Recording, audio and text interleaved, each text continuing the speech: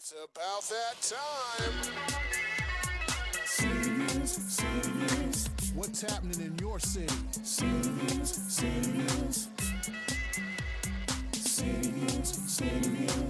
You got love for your city? City Views. City Views.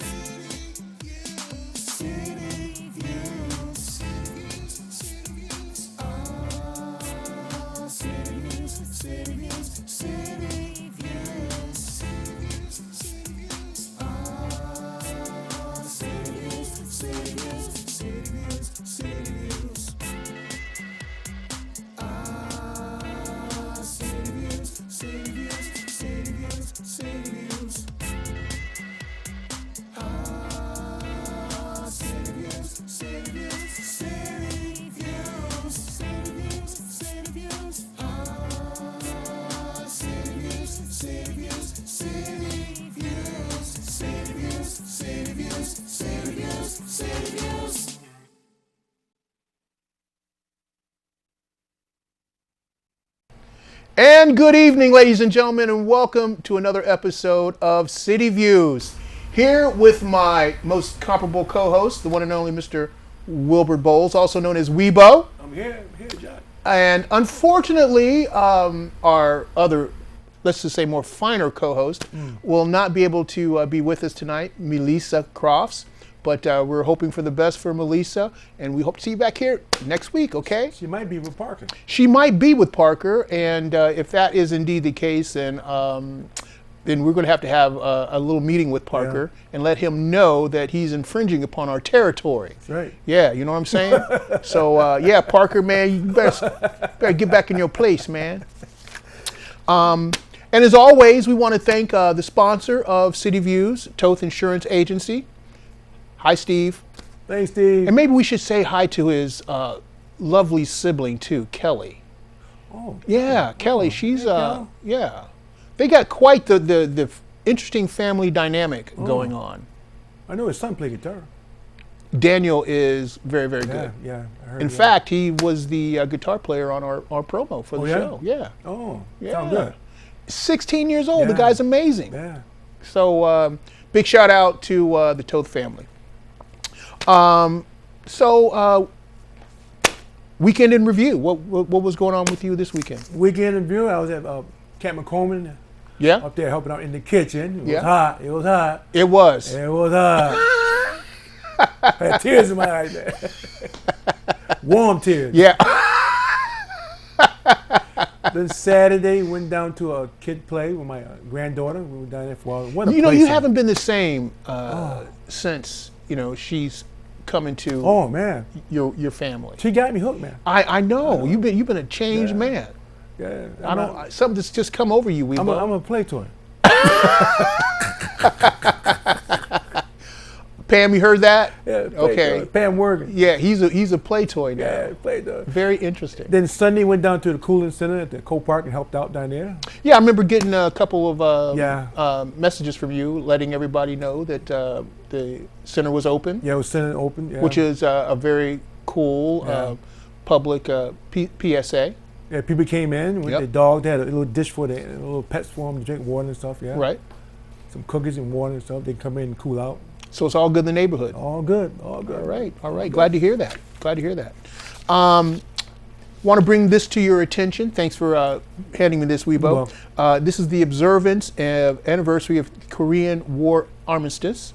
The Torrington Veterans Memorial Committee and its member groups invite the public, those currently serving, and all veterans, especially the men and women who served and the families of those who served during the Korean War era, to join the committee in their ceremony observing the anniversary of the Korean War Armistice on Friday, July 16th, 2019. The program will be held rain or shine at Torrington's Co-Park and will be approximately 12:30 p.m. Please join us in remembering, honoring, and showing our appreciation to the men and women who served, those who were injured, those who made the ultimate sacrifice, those who have not yet returned, and the families of those who served during the Korean War. In the case of inclement weather, the ceremony will be held inside the Co-Park Civic Center. If anyone has an American flag that is torn, faded, or otherwise damaged, they may bring it to the ceremony. A member of the Veterans Organization will take the flag and see that it is properly retired. If you have any questions or comments, please contact the Veteran Service Office at 860-489-2531 by today. So you might have a little more time to give a call down there. I'm not sure exactly how long they're open, but hey, you can try anyway. So, and if you don't have any questions and you're interested in checking it out, make sure that you do so this Friday, 12:30 at Co-Park. And we want to thank Leo Martinini for bringing this to our attention. Thank you, Leo. And Leo, he's busy. He was down there in the cooling center. We worked there together Sunday. Because he's a cool guy. Oh, yeah, very cool. Very cool. If it gets too hot, just bring Leo around. Bring Leo, that's it. We'll amp down the temperatures a little right bit. down. Definitely. So as some of you know, we are in the process of adding some, let's just say, accoutrements to the show, including a website. And one of the things that we'll have on the website is my blog, which is entitled Music and Politics. So this next statement that I want to bring to you, you will be able to find on the website. Should be about another week or so, 2 weeks that it'll be up. So we're looking forward to that. And we want to thank Tracy Rowe for all her help in putting this together. But my blog for today is, it's Miller time. Or should I say Mueller time? Oh, okay. Check, man. Check. But does anybody really know what time it is? As we wait for probably the biggest hearing we've had in quite some time, the question looms: to impeach or not to impeach? If we look at prior precedents, it would appear that there is a viable case for the impeachment of the 45th President of the United States. However, I will be curious to see what plays a bigger role: party survival or the truth. In this era of fake news, how many of us are reassured that we are getting the truth? And therein lies the problem. When facts are distorted and even at times ignored, it puts us all at a disadvantage. The media is the fourth rail of our constitutional republic. So the media needs to walk a fine line and understand what their responsibility is to we the people. Tomorrow, all the world will see if journalists have been responsible in their reporting or if there has been a concerted effort to cover up facts. I'm not sure what the outcome will be, but I know that this is a test for our country. Ultimately, the American people will have to decide based on the testimony of a noted American soldier and patriot who took an oath to the Constitution of the United States. I hope we see congressmen and congresswomen doing the right thing and asking the right questions. In light of this monumental moment in American history, however, at the end of the day, we'll be able to look back with pride and say our system of justice is intact? Or will we look back and ponder, does anybody really know what time it is? So this is going to be interesting. And we are in very challenging times, and I just keep my fingers crossed that we'll come out on top. Yeah, I keep praying. And when I say we, I mean we, the American people. At this point, it's not about right or left. It's about right or wrong. So thank you for letting me share that with you. As we begin to prepare for our special guest this evening, I'm so very proud to have John Ramsey, the general manager of WAPJ right Where's here. my shirt? Dude, I told you, you didn't get the memo? Now see, if I sent out a memo about wearing a New York Mets jersey, you would have been all over it. You've been all over it. On top of it. Yeah, so I'm a little, but I'll let it pass this time, Weibo. I'll forgive you. I could have print one out. But I definitely want to encourage you all to stay tuned. Call all your friends and neighbors and tell them to tune in to your local cable access channel 5, Altice 5, for our special guest this evening, Mr. John Ramsey. You guys hold tight. We'll be right back after this break with John Ramsey, General Manager of WAPJ, the world of arts, people, and joy.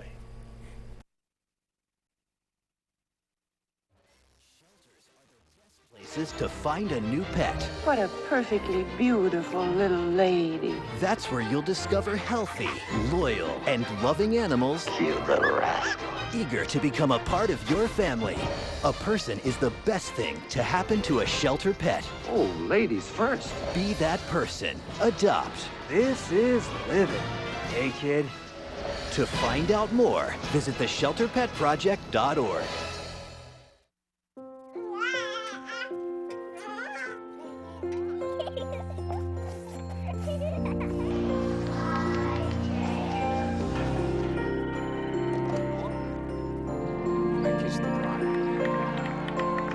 A full life, measured in seats, starts with the right ones early on. Car crashes are the #1 killer of children 1 through 13. Learn how to prevent deaths and injuries by using the right car seat for your child's age and size. I've always said that you can't change what you don't acknowledge. So let's acknowledge this. 1 in 6 Americans now struggle with hunger. These are our co-workers, our neighbors, our friends. The problem is closer than you think. But so is the solution. This is a changing day, not just in your life, but in the lives of many, many others. Join me by visiting feedingamerica.org and find your local food bank to help. I'm Dr. Phil, and together we're Feeding America. You're on your way to meet up with friends, but you can't seem to get anywhere quickly. You don't want your friends to be annoyed, so you text. You're on your way.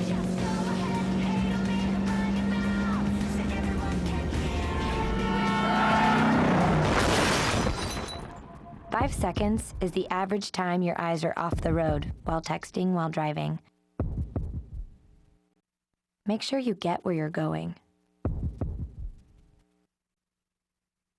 And welcome back to City Views. You have the number there on the screen if you'd like to call in for questions for our guest tonight, Mr. John Ramsey from WAPJ. Please feel free to do so. But I want to take this time to officially introduce you to our audience and welcome you to the show, John. Pleasure to be here. Pleasure is all ours, believe me. Just for being here. Because John is just so busy. He's all over the state doing all kinds of stuff, man. So to get him here on the show is definitely a treat. So we've talked about it for a long time, and I'm glad it finally worked out. And you dress for the occasion, too. Yeah, of course. You know, I'm like, of course. He's over the top, man. You know, I'm thoroughly impressed. Jack told me to say, we got a book in John Ramsey. I said, all right. And he said, oh, yeah, he's right there. Well, since Weibo's taken over the booking duties here for the show, it just takes a big burden off me, but at the same time, it allows Weibo to kind of to do his thing out in the community too, that he's so used to doing.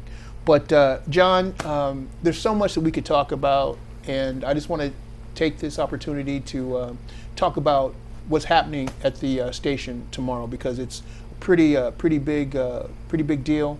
And I would like for you to take the opportunity to talk to our audience a little bit about what's happening tomorrow at WAPJ. Sure. WAPJ is Torrington's only radio station, really. We're 89.9 and 105.1 FM. And we're there for the community, and we try and do things to support the community.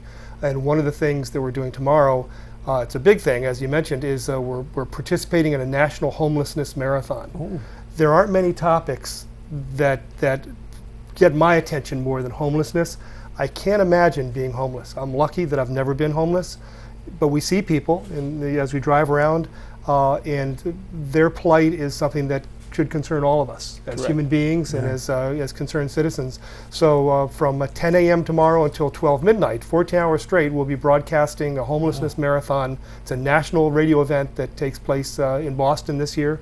And we're going to be carrying it the entire time. Every hour there's 5 minutes for local programming, which we're going to add to tie in the local perspective for homelessness. But again, it's just such an important topic. And WAPJ is the type of station that can devote 14 hours straight to it, and that most stations wouldn't even spend maybe a headline, if that. So is that a fundraiser? It's not a fundraiser. They call it a marathon, but it really is just to bring attention to make the public aware of the problem of homelessness in the United States. Well, I think it's important too to note, John, that you're not embarking on this just as a one-off. WAPJ has been very instrumental, pardon the pun, in supporting many causes for homelessness and hunger throughout Torrington and the region. Could you address that a little bit to our audience in regards to WAPJ's position on community events like this? Sure. This is the 5th time we've done the Homelessness Marathon, although it'll be the first time we've done it in its entirety. It means preempting a lot of local shows. Your show is getting preempted tomorrow morning. We're hesitant to do that, but in the past we've done 3 or 4 hours at a time. This time we thought it was important enough to do the whole thing. We work very closely with a lot of the other nonprofits in the area, including the Friendly Hands Food Bank, and we've done food drives for them, food and money fund drives for them, along with Drakeville Volunteer Fire Department. They've been very helpful with that too. So the station exists to support other nonprofits, to make the public aware of issues and needs, and to kind of facilitate communication, because in this country, particularly these days, communication is not something that is very easy for a lot of people. And the fact that we're even here in one of the greatest countries in the world, or the greatest, depending on, talking about homelessness is pretty amazing. Yes, it is. Homelessness shouldn't be happening, and people shouldn't be going hungry either, but they are, and we can do our part in trying to make people aware of it. I got to be honest with you, John, I just don't see a lot of radio stations that are doing this type of programming.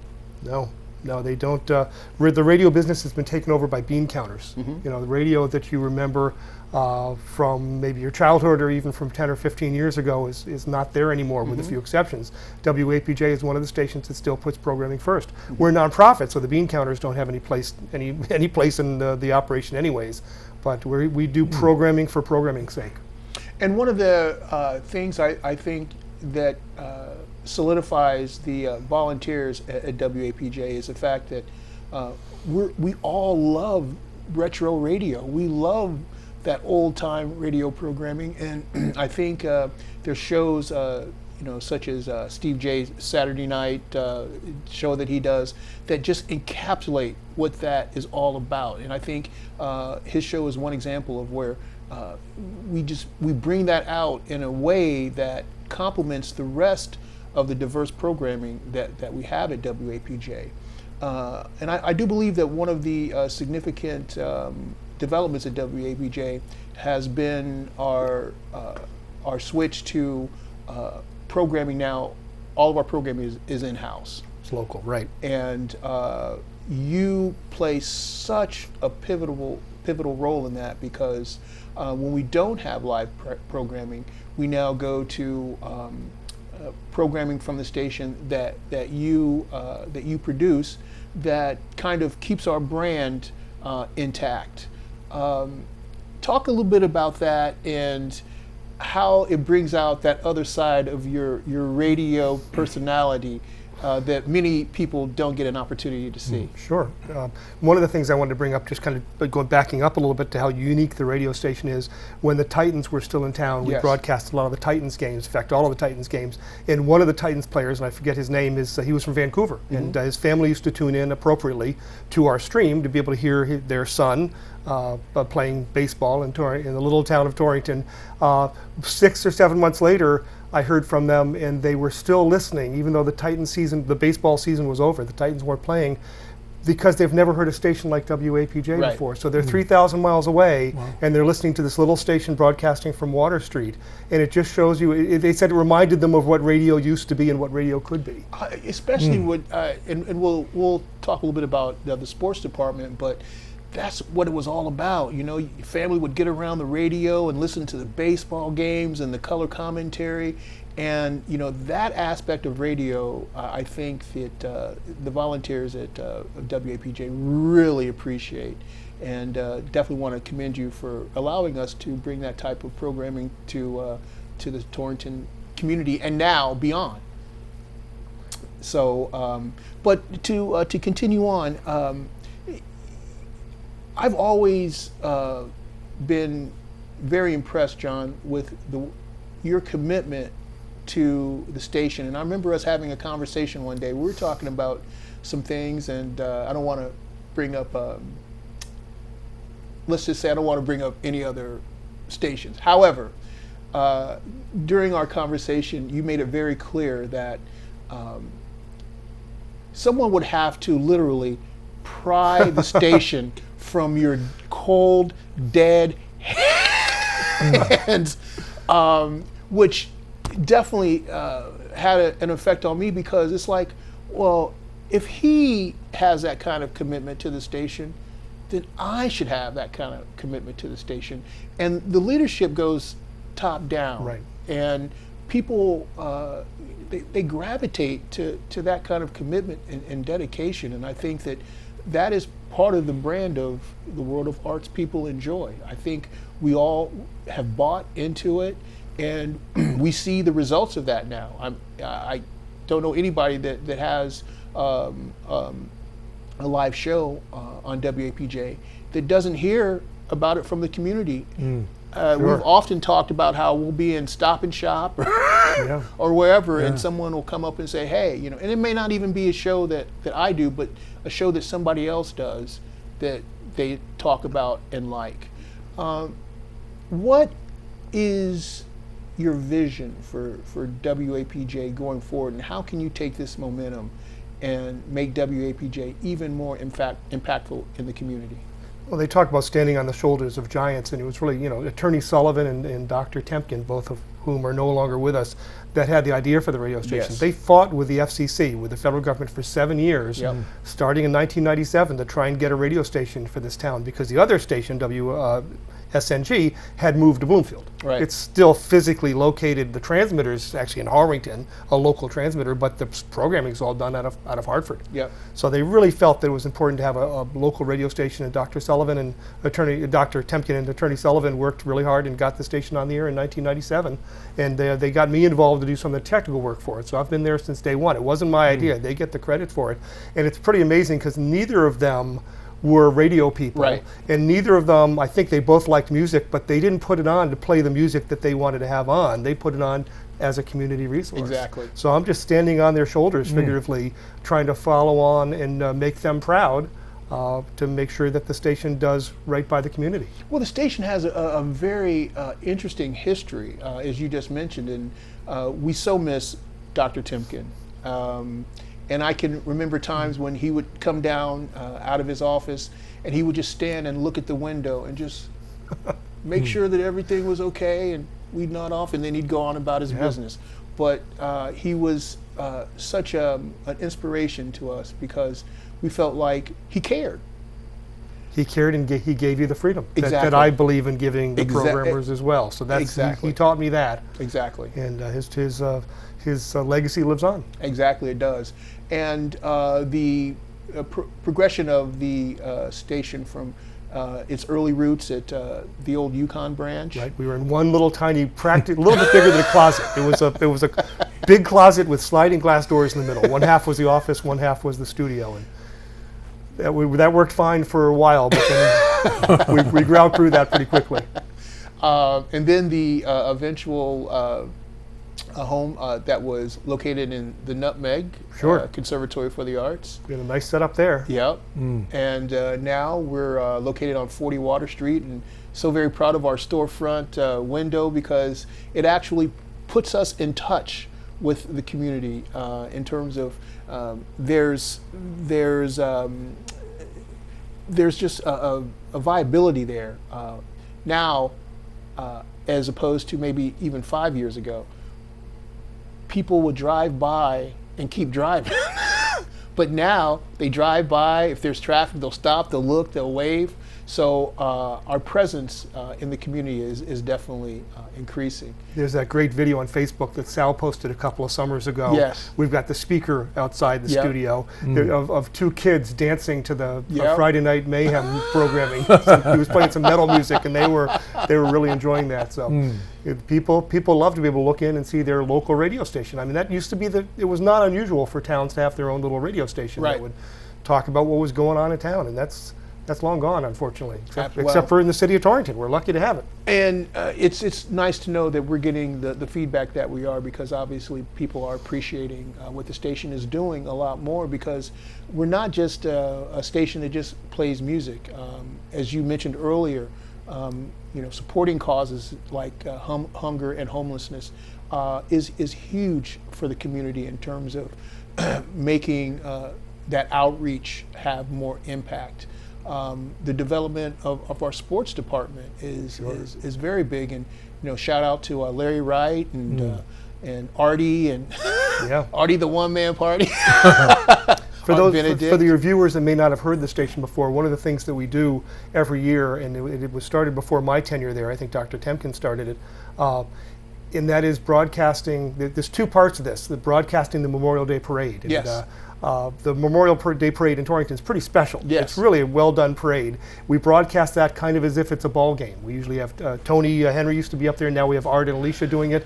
They're up on the reviewing stand and they're talking about what's going on, and they know all the people in town, so they comment on that. That's good programming, old school radio. Yeah. And then we do something. We cut away for about 30 minutes when the parade ends. And then we do something that most program directors would tell you is the worst thing you could possibly do on the radio, and that is we go live to Co Memorial Park for the memorial service. This is on Memorial Day, and they read the war dead, the names of the war dead. We broadcast that live. Well, does it have mass appeal? No, not at all. Is it good programming? Yes, it's a very, very appropriate. Well, I can definitely vouch for that, because I purposely took the time off this year to listen to the broadcast, because I wanted to see how it was coming back, and it was you couldn't tell if it was WAPJ or NPR actually. So I do think that is one of the building blocks that has brilliantly been inserted into the WAPJ programming grid that gives us more viability and definitely more credibility with the community. We have people that have moved out of Connecticut that tune in for the Memorial Day broadcast. It reminds them of the city where they grew up.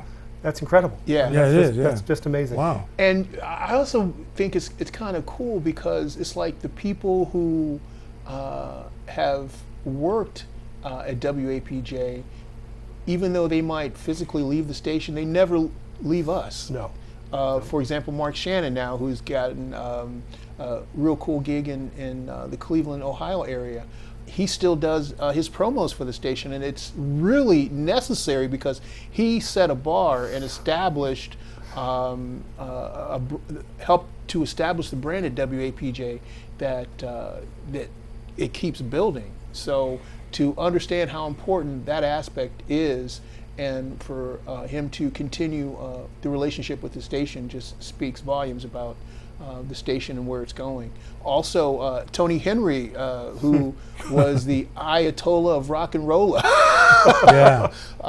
He retired and went back to Ireland, but you never know when Tony might call in just to say hey, or let us know that he's thinking about us or still around.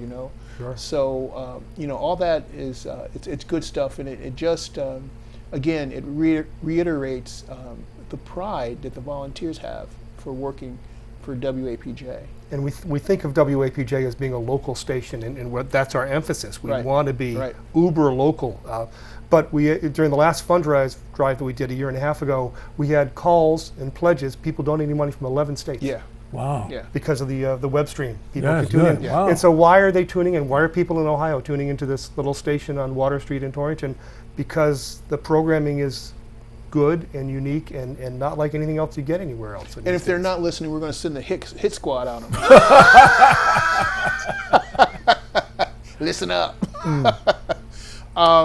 John, thank you for hanging out with us. We're going to take a brief break here, and then I want to come back and I want to talk a little bit about you, sir, and your achievements and accomplishments in regards to Connecticut broadcasting and the role that you've played in developing that culture here for our state. Sure. So you guys stay tuned, and we're going to be back with more with the big guy over here. That's right, Mr. John Ramsey, General Manager of WAPJ, the world of arts people enjoy. Stay tuned. We'll be right back. Viking, Packer, Viking, Viking. Red state, blue state, vegan. Carnivore. We come from different places. Uptown. Downtown. Optimist. We come to different conclusions. Half empty. Half full. But when we live united, we create real, lasting change in the building blocks of life. The education, income, and health of our communities, our families, even the person next to us. Live united. Real change won't happen without you. So give, advocate, volunteer, live united. Sign up at liveunited.org.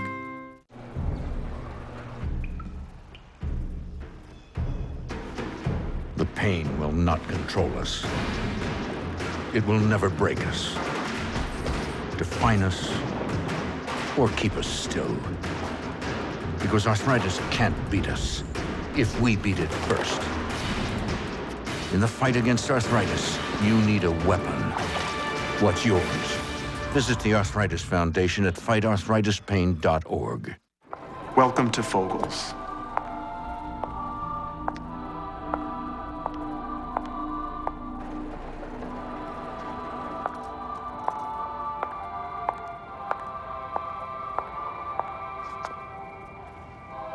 Beautiful, isn't it?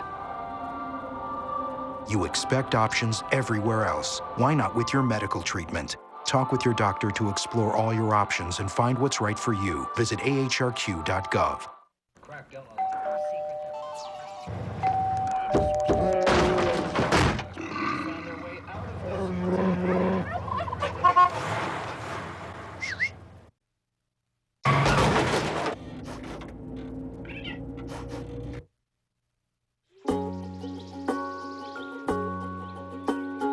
Getting closer to nature can get you closer to your family. Go to discovertheforest.org. And we're back for more City Views with our special guest this evening, John Ramsey, General Manager of WAPJ. Now you guys see the number there at the bottom of the screen. Please don't hesitate to call if you have a question for John or Weibo or myself. This is what we're all about. We're interactive. We're not just talking to you. We're having a conversation with you. So please feel free to join in at any time. Now, John, what I know you're a very humble man. I know you don't like to talk about yourself. But guess what? We're going to talk about you. Okay. Because I want you to talk to our viewing audience a little bit about your participation in Connecticut broadcast radio and some of the awards that you've been blessed enough to receive over the years. And even now, the radio stations that you work with, what you do is so very vital, and it's great that you're recognized for what you do. But I want you to share with our listening audience, our viewing audience, a little bit about your tenure in Connecticut broadcast radio. Sure, I'd be glad to. I've always been fascinated by radio since I was a little kid. I remember listening to I grew up in the Hartford area, listening to WDRC and WTIC, and you know, Bob Steele was just one of a kind. He was a legend and lives on in everybody's memory that grew up listening to that. But I come from a family of musicians. My brother and sister and my dad were all pianists, and I had a musical ear, but not an ability to play very well. So I got into records and stuff, and had my own little radio station in my basement. And so picture, I'm 15 years old and had a couple of friends, but didn't have much of a social life. And my dad saw that the University of Hartford had just started a radio station, so he took me over there for a tour in 1969. Whoa. And I got a chance to do some volunteer work there as well before I went to college, before I was college age, and really I got bitten by the radio bug. Which is pretty cool. So instead of being a performer, on the behind a piano or playing saxophone or drums or something, I enjoy music through the broadcast of it. I've always been technically inclined as well. So I am a broadcast engineer by trade. I build and repair and upgrade radio stations throughout the state as part of my business on the side, because as you know, nobody at WAPJ gets paid. It's a labor of love for everybody, including myself. So my avocation is broadcast engineering, which gives WAPJ a distinct advantage of having a good sound and good quality equipment. A lot of small stations, a lot of big stations don't sound that good, don't have good quality, and we take take pride in making sure that WAPJ sounds Yes. good on the dial. A lot of Yes. people have mentioned that too. The program is great, and they think, how come the music sounds so good? Yep. Which is good. So I've had a 40-plus year career in the Hartford area predominantly, but really throughout the state, in working for a lot of stations. Over the years, seen a lot of changes in the broadcast business. You know, it used to be radio stations were owned by people that had a passion for the music and for the programming, and that all changed when the FCC deregulated things in the late 90s, and now stations are owned by big, huge conglomerates that are just there for the bottom line. And it seems like the programming is watered down. Yeah, they do, least common denominator programming. Yeah. They don't care about individual listeners. They care about large numbers of listeners, and they can sell them. I mean, somebody had said, and you can believe in the marketplace system or not, and I certainly do, but that the consumer of radio is not the listener. The consumer of radio is the advertising agency or the advertiser, and the commodity that a radio station brings to the consumer is listeners. Right. They don't care about you or you. They just care about a bunch of you. So it changed that way. You used to get, so you had an owner of a local radio station that was passionate about the programming. Right. Now it's some huge corporation in Dallas or in LA that's running the local stations. I mean, that's why the local Torrington AM station moved to Bloomfield. Right. It was taken over by a big conglomerate. Well, so much for those cold, dead fingers. That's right. Yeah.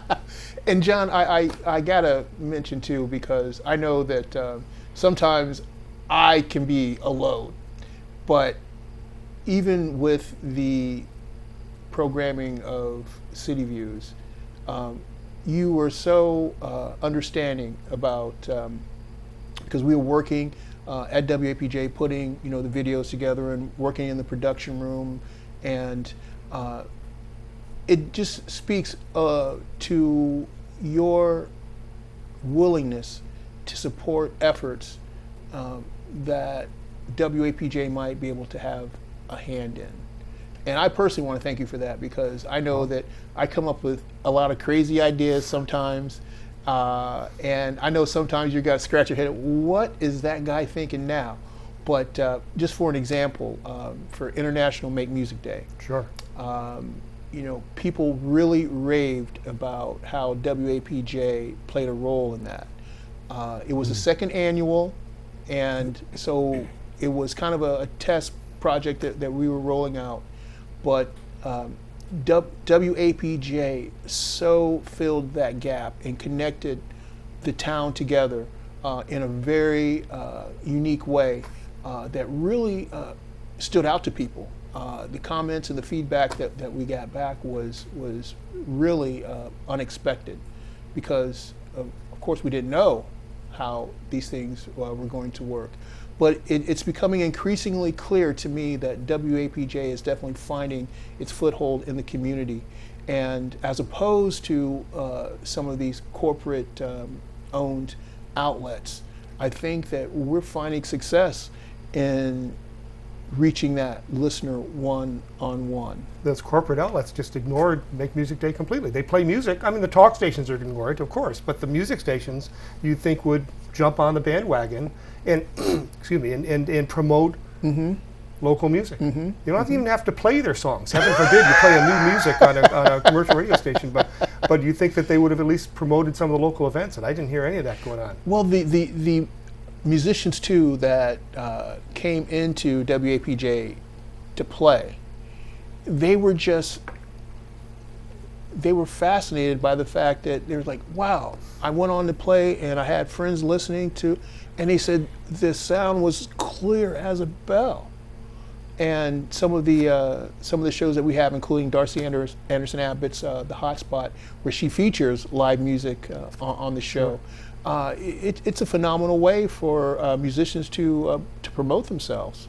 And when you have that kind of quality going out in the public domain, I think it speaks volumes to the attention to detail that you put forth in making sure that we have the right sound coming out of the studio. And that's not easy to do. It's taking some time to make sure that level of quality was adhered to. Sure.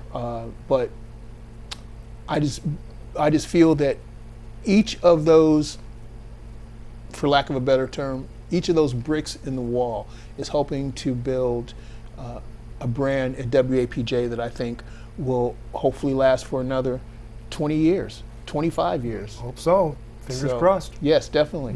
But talk to our audience a little bit about the recognitions and awards you've been able to receive through your commitment and work in Connecticut broadcast radio. Well, through my broadcast engineering work in Connecticut, I really got to work with a lot of legendary people, and and a lot of them were quite a bit older than I was when I was younger, and they slowly, retired, and some of them unfortunately passed away. And I realized their story needs to be told. So I started a website, which is still there, called HartfordRadioHistory.com, and it's actually a misnomer because it covers the entire state. Every station in the state has some material on there, and I've had that for about 10 years, and 5 years ago that spun into a book contract.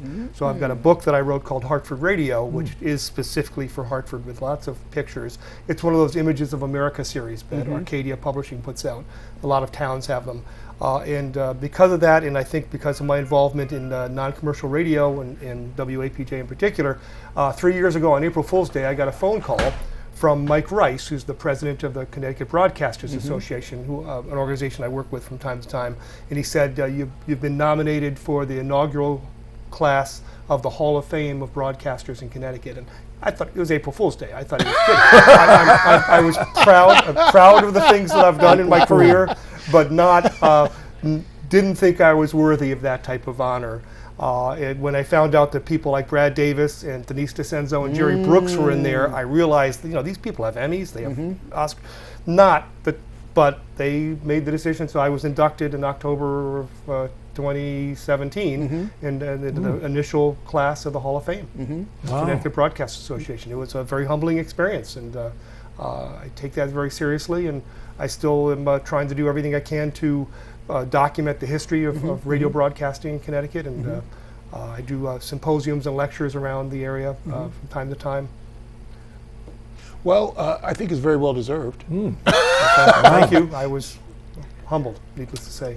And do we have a call on here? Let me see. Let me see what we have going on here.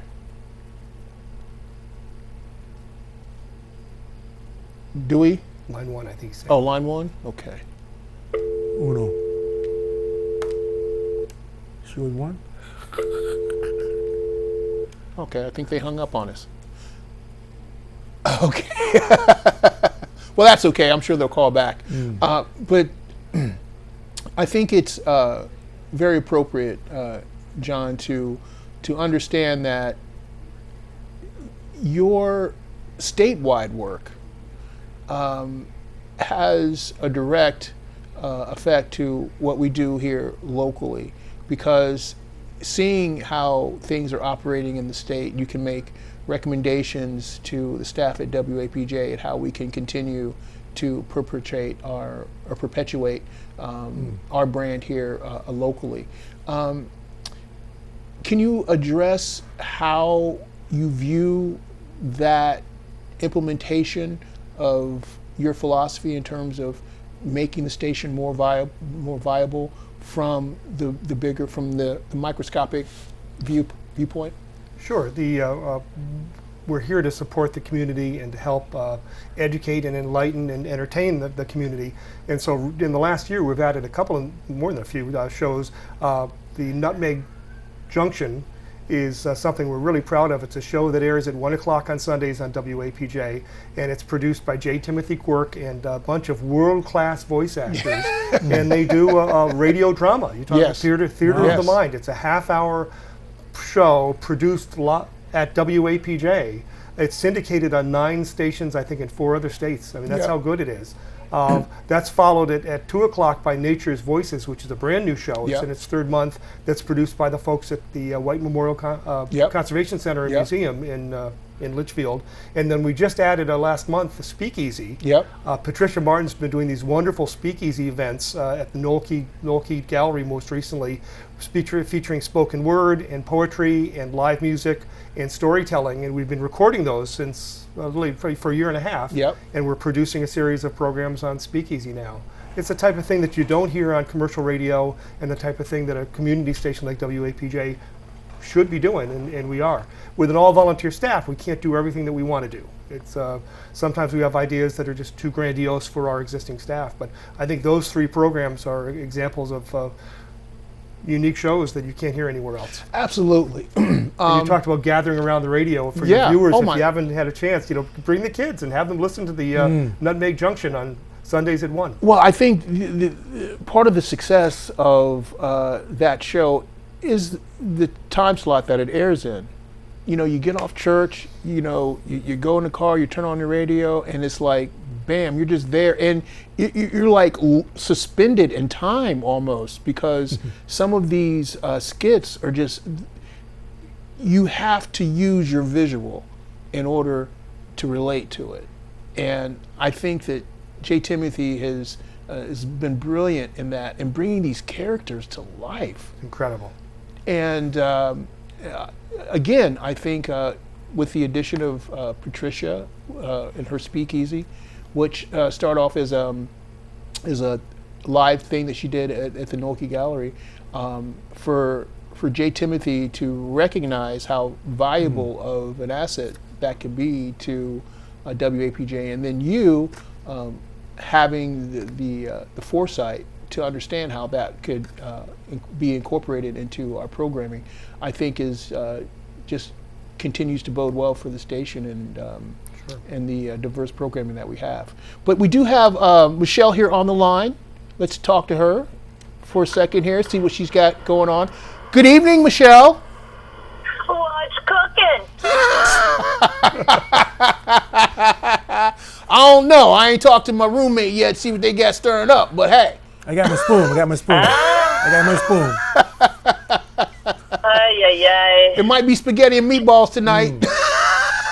Oh, no, not in my house. Tonight it's pizza night. Pizza night? Pizza. I'll be right over. Night. So, Michelle. You better hurry up. Well, yeah, I know now that Billy's home. He might not leave anything for me. You ain't lying there. But we got John Ramsey in the studio, Michelle. Hi, John Ramsey. How are you this evening? Good, Michelle. How are you? I'm doing all right. Thank you very much. And Michelle, would you mind talking to our viewing audience about the special proclamation that you had for WAPJ? Oh. You heard about that? It's on the wall. See? It is on the wall, that's true. Well, look, when you have good community members that do great things, they deserve to be recognized. And, with WHPJ and all of the incredible work and keeping our community informed and covering, not only the news, but our local sports events and things like that. So that's worthy of a proclamation citation from the state of Connecticut. And I'm just truly honored to be able to present that to them, and I can't thank them enough for all the things that they do, for all of the years that they have done it. You're welcome. We're glad to do it. And I think it's important to know that it keeps people engaged in a way that they may not be able to be, because it's definitely local news with local people that is running a community radio station. Well, I think one of the unique aspects of the station is that I think there's a kind of a little separation between news and events, and I think that we do focus. Would you say, John, on more events that are taking place than actual news? Yes. However, I think that the way that our community is structured, that we need to constantly push out those events that are happening, because what we found out was many times, even though when we feel like we're promoting events, we always have that situation where someone didn't hear about it or didn't know about it. So I think that that's key in making sure that we're continuing to add to our listenership at the station. And absolutely. A proclamation from the state, I think it's good street cred. Hey, look, I think that gives anybody good bragging rights, don't you? Yeah. Can I have my proclamation? Oh, Oh, brother. You know, just when we thought we had made him happy. Well, I'm still happy. I know. I'm still happy. I know you are. So, but I would offer you this. Yes. I think that there are a lot of events that are newsworthy. Oh, absolutely, absolutely. So. I'm just referring to the fact that. To that event. Pardon me? I said you're referring to that event. Well, I'm just kind of relating the fact that, especially for people that are listening to the show now, especially if you're a nonprofit and you feel like you need more exposure, don't hesitate to send us your information so that we can help you if it's in regards to getting more people to attend your event or just more awareness for what your cause is. Then I think that that's what WAPJ is definitely there to do. So it's all good in the neighborhood. Well, I think that's right, and I think that that's its true foundation, right? Because it was about what was happening in the community, and that's the basis of why we have WAPJ. It was about community radio and community involvement. Yeah, I think that's it in a nutshell. Well said. So Michelle, yesterday, what happened? Well, which piece of what happened are you referring to specifically? So we did go in. Yes. We did do the school construction bill. We did do the conveyance packages. There was a snag, I guess, with some members in one of the chambers about the override of 5001. I believe that we will go back and work on that. Right. And I believe that there's also, the bond package that we traditionally try to do at the end of session. We're going to have to go back and do that as well. I don't know when those two things will happen, but I think that, the important component was the school construction so things can move along. Right. As well as the conveyance bills and things that would, indirectly affect local and state properties and different types of projects. And so those two things are really important to get things moving. Well, how does that affect Torrington? Well, we didn't have school construction stuff. We don't have anything on there right now. That doesn't mean that we can't have something in the future, and it doesn't mean that we haven't had something in the past. This was a smaller school construction bill than it has been in the past. It didn't mean that projects were left off. It was just mean that there were fewer asks. And I think that that's important given the fact that, as our governor has said very clearly, we need to start reining things in and be on a dead diet. That shows that people are trying to be fiscally responsible and figure out what they're doing. And maybe the requests haven't been as many over the last several months. It doesn't mean that we will not benefit in the future, but we didn't have anything in there right now. Well, I'm hearing that the funding mechanisms for this is where the pushback is coming from. Can you clarify that for us? On which issue? On the school funding issue. Because we bond it. Yeah. Yeah, but we've been doing that for years and years and years and years. It doesn't, and I think that we have to recognize that the state would have to bond the money regardless. You just don't have money where you can print it out. That would be great, but you have to be accountable. So what ends up happening is you do have to bond things. It's similar to if you're buying a house and you're taking out a loan and then you pay it back. So if Torrington they're gonna come and look at us in the near future, I suspect, for possibly renovation or to the high school or what have you. You would need to bond that money. That takes the responsibility as far as bonding it at the municipal level, because the state would get a better rating, and then that gives the opportunity for whatever is required for people to pay back. The opportunity to pay back, obviously, lower rates, because the state does get lower rates than maybe a municipality might get. Each municipality is also different. Right. I don't understand why immediately that is an issue when that has not been an issue for, I don't know, however many years that we've been doing bonding and school construction. But I think that we have to often look at it, and we're trying to have an open and honest conversation. You and I, and we've actually had it on this very venue, that it's like borrowing money to buy a car, or borrowing money to go get a college education, or a mortgage. That we all just don't have that kind of money. You have to borrow it. And our borrowing is sometimes called bonding. And we pay our debts back. I'm not about bonding education dollars. We don't do that. But I understand the need for bonding school construction stuff, because there could be an immediate need and people just don't have it. So, by what I'm hearing, most of the requests are coming from Hartford. Is that true? I wouldn't say that. I think that universally, we have bond requests that come in from our VOAG schools, our VOTEC schools, municipalities all across the state. So, I would take pause in saying that that's what happens. There is not anything preventing any municipality to request bonding for school construction. The municipality just has to decide if that's something that they need. And quite frankly, we here in Torrington, like I said, there is a conversation about renovating our high school, and we're going to need bond money for that. When we redid Torringford School, we bonded, we borrowed $19 million.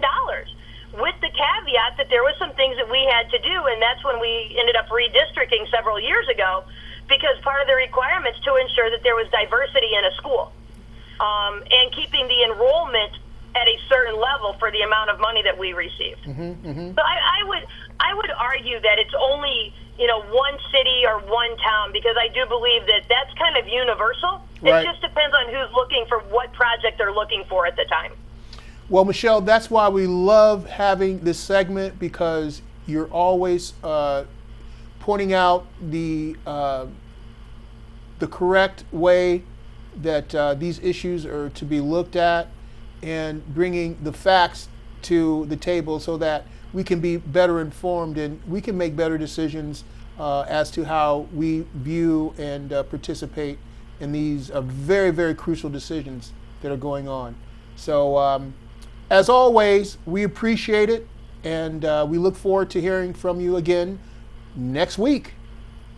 Well, thank you. And I just want to so you're talking about publicizing events. So Representative Horn and I are doing a town hall on this Thursday, from 5:30 to 7 at City Hall in the auditorium. So if people have questions about anything, whether it be legislation, things that are coming up, things that they might think that we need to do, I encourage everybody to come out and ask questions, or, just have a conversation. We appreciate it so much, Michelle. We'll talk to you soon. All right. You have a great evening, guys. Thank you. Thank you you. too, Michelle. Send me a slice of pizza. I'll be right over. Absolutely. I will do that. Good night. Bye, y'all. Good night. Bye. So that's cooking. That's it. John, thank you so much for taking time out of your busy schedule to pleasure. spend with us John. here on City Views, and we definitely look forward to having you back. Please. Looking forward to it. So that's another wrap for another episode of City Views, ladies and gentlemen. So make sure that you're in the house with us each and every Tuesday evening, 7:30, on your local cable access, Altice Channel 5. We'll see you back.